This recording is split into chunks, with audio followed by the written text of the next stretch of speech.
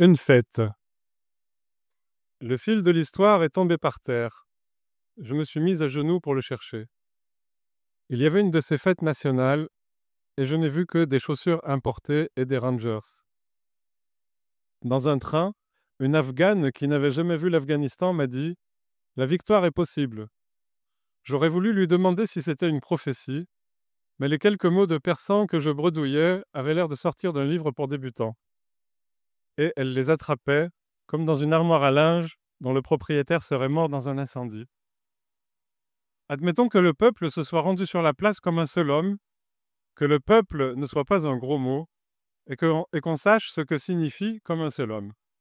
Dans ce cas, qu'est-ce que tous ces chiens policiers sont venus faire ici? Qui les a déguisés de ces masques multicolores? Et surtout, où est tombé le fil qui sépare les drapeaux des sous-vêtements, les hymnes des sanglots, Dieu de ces créatures qui marchent sur terre et payent des impôts? La fête.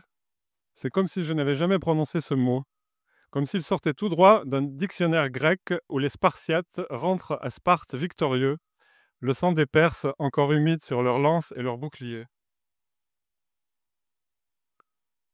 Peut-être n'y avait-il ni train, ni prophétie, ni Afghane assise devant moi pendant 2 heures. Peut-être que Dieu s'amuse parfois à égarer la mémoire de ses créatures. Ce qui est certain, c'est que d'où je suis maintenant, entre les chaussures et les Rangers, je ne saurais pas qui, au juste, l'a emporté sur qui.